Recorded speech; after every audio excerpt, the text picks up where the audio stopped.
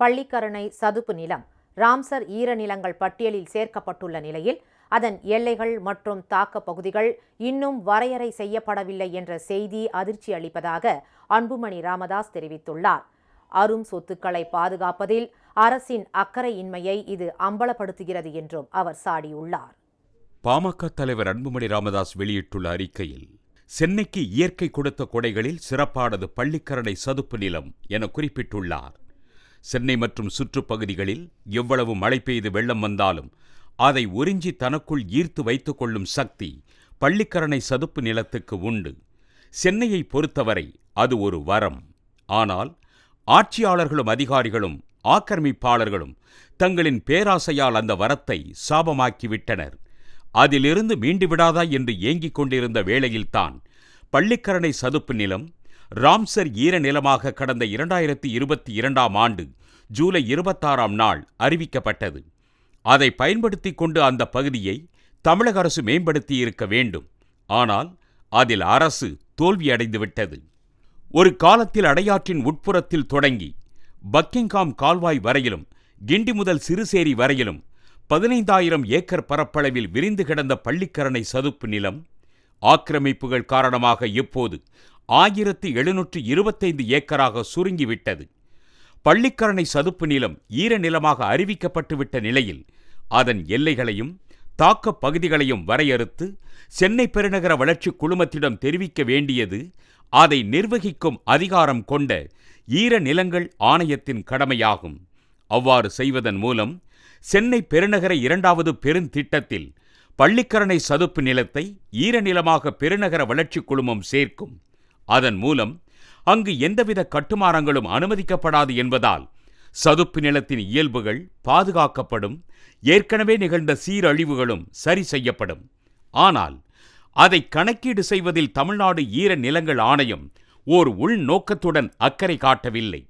பள்ளிக்கரணை சதுப்பு நிலத்தின் எல்லைகளும் தாக்கப் பகுதிகளும் வரையறுக்கப்பட்டு 2வது பெருந்திட்டத்தில் சேர்க்கப்பட்டால் அப்பகுதியில் நிகழ்த்தப்படும் கட்டுமானங்களும் ஆக்கிரமிப்புகளும் இப்போதே தடுக்கப்பட்டுவிடும். அதன் மூலம் ராம்சர் தலமாக அறிவிக்கப்பட்ட பள்ளிக்கரணை சதுப்பு நிலமும் அதையொட்டியுள்ள தாக்கப் பகுதிகளும் பாதுகாக்கப்படும். இதுதான் இன்றைய தேவையாகும். ஆனால் 2027ஆம் ஆண்டுக்கு பிறகு செயல்படுத்தப்படவிருக்கும் சென்னை 3வது பெருந்திட்டத்தில் இதை சேர்க்கலாம். அதுவரை தாக்கப் பகுதிகளில் ஆக்கிரமிப்பு மற்றும் கட்டுமானங்களை கண்டுகொள்ளாமல் விட்டுவிடலாம் என்ற எண்ணத்தில் அரசு செயல்படுவதாக தோன்றுகிறது. இது அரசின் கடமை தவறிய செயல் என்பது மட்டுமின்றி ஈர நிலப்பகுதியை பாதுகாக்க வேண்டும் என்ற பொறுப்புக்கு அரசும் ஈரநிலங்கள் ஆணையமும் செய்யும் மிகப்பெரிய துரோகம். தமிழ்நாடு அரசு மற்றும் ஈரநிலங்கள் ஆணையத்தின் இந்த போக்குக்கு இன்னொரு சான்றையும் கூற முடியும். பெரும்பாக்கம் பகுதியில் மிகப்பெரிய அடுக்குமாடி குடியிருப்புகளை கட்டி வரும் காசா கிராண்ட் என்ற தனியார் நிறுவனம் அதற்கான அணுகு சாலையை பள்ளிக்கரணை சதுப்பு நிலத்தின் தாக்கப் பகுதியாக அடையாளம் காணப்பட்டிருக்கும் பெரும்பாக்கம் ஏரி பகுதியில் அமைத்து வருகிறது.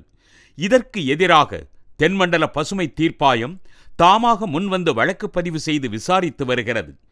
பள்ளிக்கரணை சதுப்பு நிலம் ராம்சர் தலமாக அறிவிக்கப்பட்டதற்கு பிந்தைய 2 ஆண்டுகளில் அதன் எல்லைகளும் தாக்கப் பகுதிகளும் வரையறை செய்யப்பட்டு 2ஆம் பெருந்திட்டத்தில் சேர்க்கப்பட்டிருந்தால் இத்தகைய கட்டுமானங்கள் தடுக்கப்பட்டிருக்கும்.